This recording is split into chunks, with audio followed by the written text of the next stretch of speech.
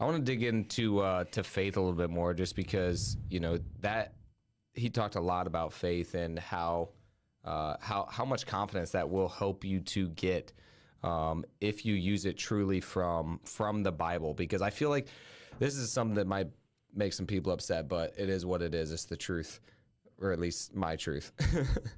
I feel like a lot of times Christians tear other people down, or other Christians, because they're not fulfilling their expectation of what a good Christian looks like. You're not meeting what I think you should look like. And I feel like that's what Jesus fought against. We should be trying to live for God, not living for the other people that we're trying to impress in the church.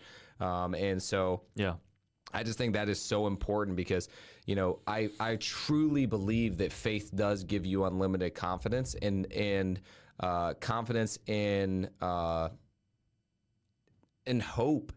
It's just like, it's the most important thing. But if you're getting that from your pastor, or you're caring about how other people view you, then that's going to definitely hurt you. And one other thing they talked about, you're probably writing it, hope. Literally writing it right now. Yeah, as soon as I said the word, I was like, yep, I know where this is going. But hope is such an interesting thing too that they talked about at the event, was hope can only be in the future. And I was like, man, that is like so impactful. Hope can only be in the future. It can't be in the past. And so that should give you confidence. Hope should give you confidence for what's to come.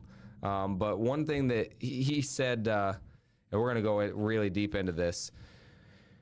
He said, basically asking God, God, tell me about me. That's what he said. I did not align with the way that he phrased that question. Like, tell me about me. Like, hey, I don't care about me. Like that's not what I'm interested in. But I do think it's valuable to ask God, like, how do you see me, God? And look at yourself from that perspective. How does God see you? And why are you judging yourself when God's not judging you like that? God does not see you the way that you're putting your own like self-worth. And that's not the way that God sees you. Yeah. So I think that is an important question to ask yourself. And I hope that you guys give yourself time to really think about that. Like, how do you see me, Lord? And do you align with how he does see you? And if not, why? And try to really like find out how you can see yourself the way that God sees you. Because he loves you and you're loved. So I think that's very important to ask yourself that question. I think one of the beautiful things, two exercises that kind of are spinning in my mind off of that, write down the people in your life that matter the most to you, and tell them who they are, not who they are not. So go, use this as an opportunity right now. Go write down the people in your life that mean truly the most to you in your life, and then go tell them about them. Tell them all the beautiful things about them, their uniqueness. Tell them the things that they really matter to them, like that you admire about them. That you admire, yeah, that's what I meant to say. And then another really wonderful exercise is tonight, before you go to bed, pray with God, be there with God, and take 5 minutes with God and yourself, and just say, Father, tell me how you view me, tell me how you see me, and just allow it to flow through you. Yeah, and remember it.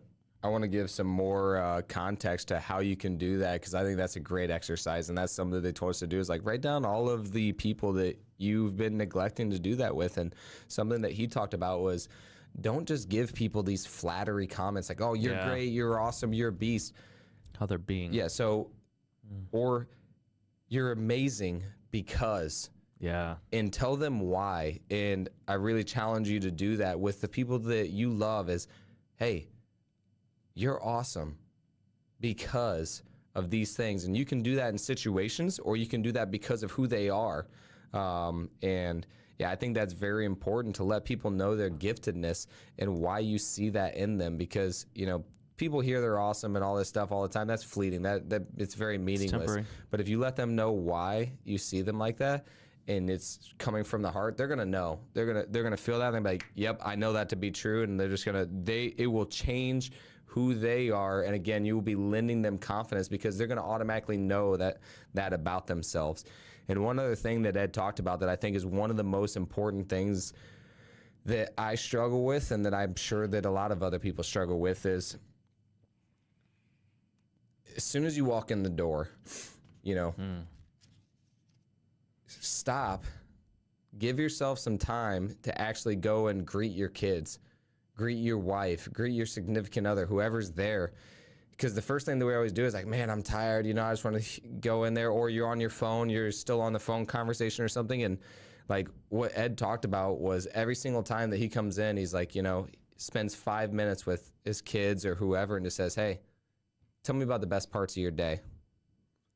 Or you could use the exercise that Jordan talked about. Hey, let me tell you about you.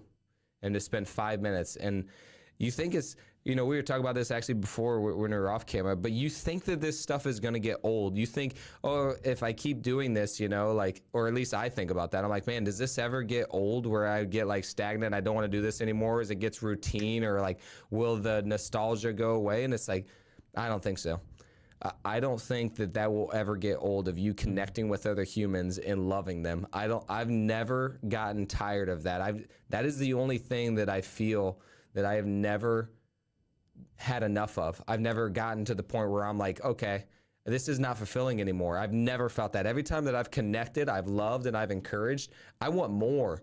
And yeah. Ed talks about analogy a lot. We think that, sometimes having bliss or whatever, we're going to get tired of it. But it's like eating a steak. Whenever you have just the best steak ever and you have a bite, that greatness, that joy that you feel whenever you take a bite of that juicy steak, you know what that does? That makes you want more of that steak. And so that's the interesting thing that I think it is. Steak. Yeah, exactly.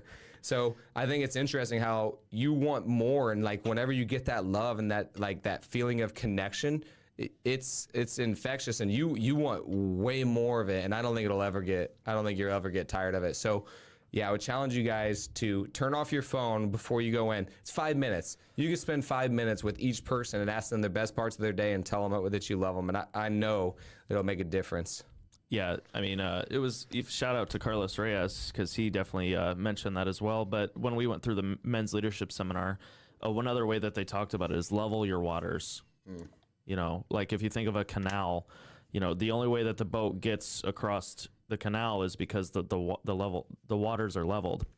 So if you're super high, pissed off from something that happened during your day, had a really bad day at work, or something bad happened, you have to be cognizant of what energy you're bringing into your home, to your relationships. So level your waters, and then go in with grace and give love, because that's what people will remember is how you made them feel, not even necessarily what you say. One of the things that Ed said, the two things that are motivators in life are your dreams and other people. Well, we just talked a lot about it was other people, because when you first think about it, well, I'm doing all this for other people. Well, like if you're truly helping people in connection, I mean, connection is one of the values that we really need as human beings, which Brandon Bouchard talked about. I'm sure we'll get to at some point, but connection with other people, and who are you fighting for, I think is a big one with other people. If you think of your children, your significant other, all the people in your family, your loved ones around you, friends, you truly have a duty to live in greatness and live into the image of what God has planned for you, because then you'll be able to give it to everyone. And your dreams, don't sacrifice your dreams. You cannot do that, because when you play small, no one wins. You cost everyone when you play small. You're dimming your inner light, as Dakota mentioned earlier. Yeah, I feel like I was actually thinking about this morning. I feel like school in general, just teachers, I was listening to NF, and he talks about like chasing his dreams and what teachers thought of him, and dude, you like told him he's going to be a rapper and stuff. And he's like, yeah, all right, like get realistic. That's what we always hear. We hear that from our parents. We hear that from other people. We hear that from the teachers, specifically, mostly the teachers. And man, like, don't let anybody ever take your dreams, because like those are there for a reason. And I always go back to this quote that I heard at 10X actually, and it just made the biggest impact on my life is, you wouldn't have the dream in your heart if you didn't already have what it takes to make it happen. Yeah, it's so good. And I truly believe that. It's like God placed that there for a reason. And that is what I mean when you feel that burning desire to do something. Like, you can do a lot of good. And that's what I was thinking about, is like, if you have that burning passion and you have good intentions, which we're going to talk about next, if you have good intentions, it is your obligation, your duty to give that and spread that to as many people as possible. If, like, we always think about, oh man, that I'm going to be seen as like this person who's going to be recognized and it's all about me and stuff. No, it's about loving other people. It's about helping as many people as possible. If you're truly helping people and loving people, how much more can you do that? Shouldn't you do that on as massive of a scale as you possibly can? Isn't that what Jesus called us to do whenever he said, go out and actually talk to people? Like, hey, you should go out and spread this word. That's what we're called to do. And I feel that a lot of people, they want to stay inside. They want to be a good Christian, and they just want to sit inside and read their Bible all day. That's not what you're called to do. And I really believe that you are called to love as big of a scale as possible, not for your own glory. And like, that's the hard part, is trying to balance that of like, hey, it's not me. This is God in me. This is Jesus in me. It's a hard line, but if you can really, I wouldn't even worry so much about getting over there, because once you do, God will humble you. So go and love as much as you possibly can. But